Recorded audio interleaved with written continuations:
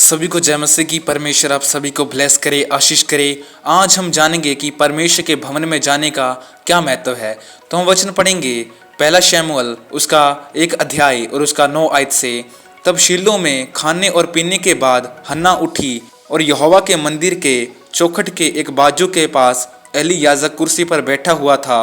वह मन में व्याकुल होकर यहोवा से प्रार्थना करने और बिलख बिलख कर रोने लगी।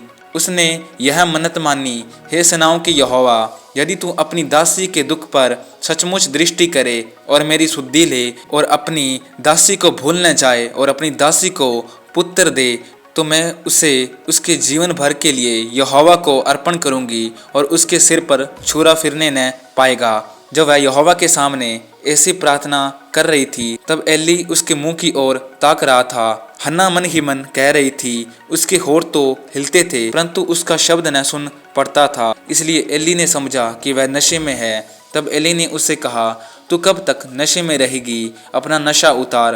हन्ना ने कहा, नहीं हे मेरे प्रभु, मैं तो दुखिया हूँ। मैंने न तो दाखमधु पिया है और न मंदिरा। मैंने अपने मन की बात यहोवा से खोलकर कही है। अपनी दासी को ओछी स्त्री न जान। जो कुछ मैंने अब तक कहा है वह बहुत ही शोकित होने और चिढ़ाई जाने के कारण कहा है। एली ने कहा, कुशल से चली जा, इज़राइल का परमेश्वर तुझे मन चाहा वर दे। उसने कहा, तेरी दासी तेरी दृष्टि में अनुग्रह पाए। तो वह स्त्री चली गई और खाना खाया और उसका मुंह फिर कभी उदास न रहा। यहाँ पे किसकी बात हो रही है? हन्ना की बात हो रही है। हन्ना जो कि परमेश्वर के भवन में जाती है और वहाँ परमेश्वर के सामने वो क्या कर रही थी? बिलख बिलख कर रो रही थी, क्योंकि उसके एक पुत्र नहीं था और वो चाहती थी कि एक उसे पुत्र मिल जाए। हालेलुया।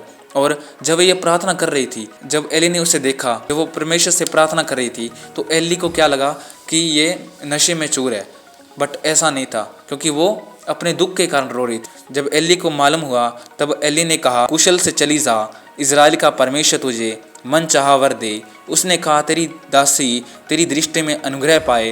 तब वह स्त्री चली गई और खाना खाया। जो इज़राइल का परमेश्वर है वो तुझे मुंह मांगा वर देगा। हालेलुया। इससे क्या पता चलता है कि परमेश्वर के भवन में जाने से हमें आशीष मिलती है। हालेलुया। हम जो चाहते हैं वो हमारे लिए हो जाता है। हालेलुया। किसी मसीह व्यक्ति को जो कुछ चाहिए परमेश्वर दे सकता है, बट आपको वो प्यास होनी चाहिए। हालेलुया। वो भवन में जाने की प्यास होनी चाहिए। हालेलुया।